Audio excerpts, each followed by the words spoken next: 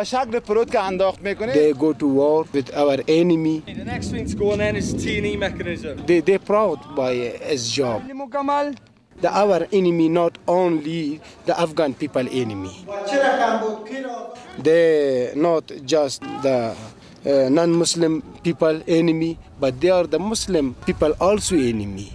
Colonel Abdul Sabur commands the Afghan National Army Infantry Branch School, one of the newest additions to the ANA arsenal. Our army training is getting better day by day. The school is designed to take soldier skills to the next level. Our mission here is fundamentally to advise and assist the Afghan National Army in building their own capacity. This could be fired in single shot or automatic. Capacity means capability. Yeah, good. The students are officers, NCOs, and soldiers. The instructors are coalition members, primarily British, US, and ANA. We are there to give our military expertise and experience, particularly from a technical perspective, on a lot of the weapon systems used and a lot of the tactics that we use. Topping today's list, rocket-propelled grenades, mortars, anti-tank rifles. The school officially opened its doors just a few months ago. Thousands are expected to graduate within the first year. Almost all will go to war.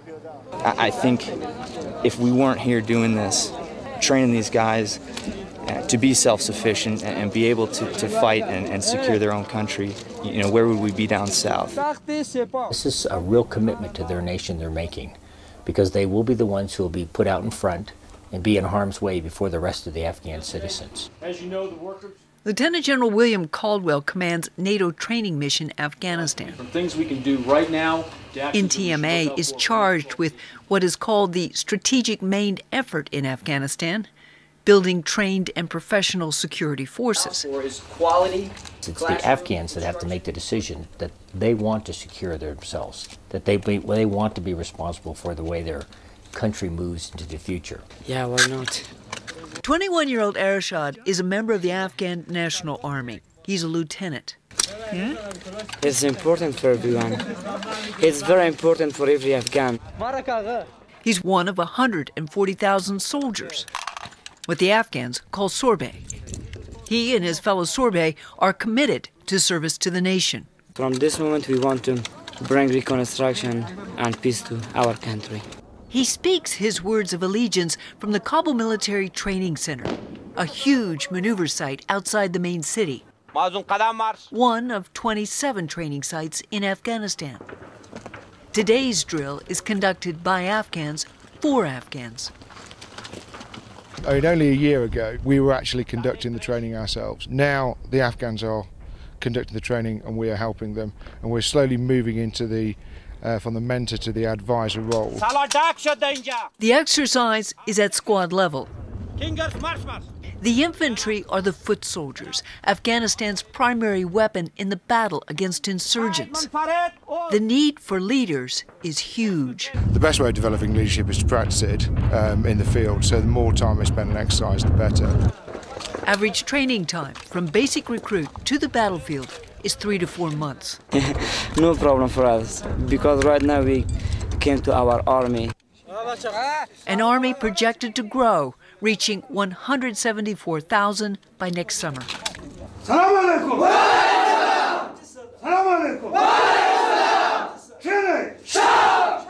The Afghan National Police will top off at 134,000. Brigadier General Nazrullah Zarifi is committed to giving his nation the best police possible. This is the Afghan side promised to the U.S. border, and this is the U.S. border decide and promise to Afghan side like a team, like shoulder by shoulder. A former teacher and soldier, Zarifi is well known among Afghans and is highly respected. As commander of Regional Training Center Kandahar, he has personal experience, but values his coalition mentors. I need a support from every side. This is the main need for all of the Afghanistan guys. The police are critical to enduring stability and security. Right now we're doing a counter-ambush lane, so we're just showing the Afghans how to pick out different wires and different types of explosives and how to react. Unlike the army, where soldiers go where they're told, the police work where they join, generally where they and their families live. They are the government's direct line to the people for law and order. A connection historically tainted with misuse and corruption. For these recruits, how they perform when they go back home as newly minted police can determine the fate of the nation. They are the closest to the people, even more so than the Army. So it's critical that they get it right, particularly with their ethics training. If you have a strong police, then the people of Afghanistan will have a good trust and support toward the central government. Zemarai Bashiri is spokesman for the Afghan Interior Ministry, the government agency responsible for a principled and professional police presence. In Afghanistan, in order to have the support of the people and change the perception that you're talking about, you have to work on the police, because this is the picture of the government, and the government should have a good picture, and that will be the police. Expectations of both army and police are high. Those who join are inspired for different reasons. A job where employment is rare. An act of patriotism. But for most, it means learning how to read and write. The education system in this land is broken. A byproduct of 30-plus years of conflict is the startling fact that some 80% of Afghans cannot read or write. A key component in shaping Afghanistan's security forces is the lure of understanding words in a book and being able to put thoughts on paper. Instruction in the fundamental skills of spelling, reading, and writing are winning over thousands of hearts and minds. We're finding that's an enormous attraction. And in fact, just yesterday, the governor down in Kandahar was giving an address to a large crowd of tribal leaders, several hundred, and then he was telling them how they had to commit their sons to serve in the military. And part of what he was talking about was, and when they come in, they're going to be taught how to read and write. Joe joined the Army right after he graduated from high school. It seems simple, but for young Afghans like Mazafria Ali Ahmadi, the basic skills of literacy are life-changing. Especially during the Taliban government, I couldn't go to school.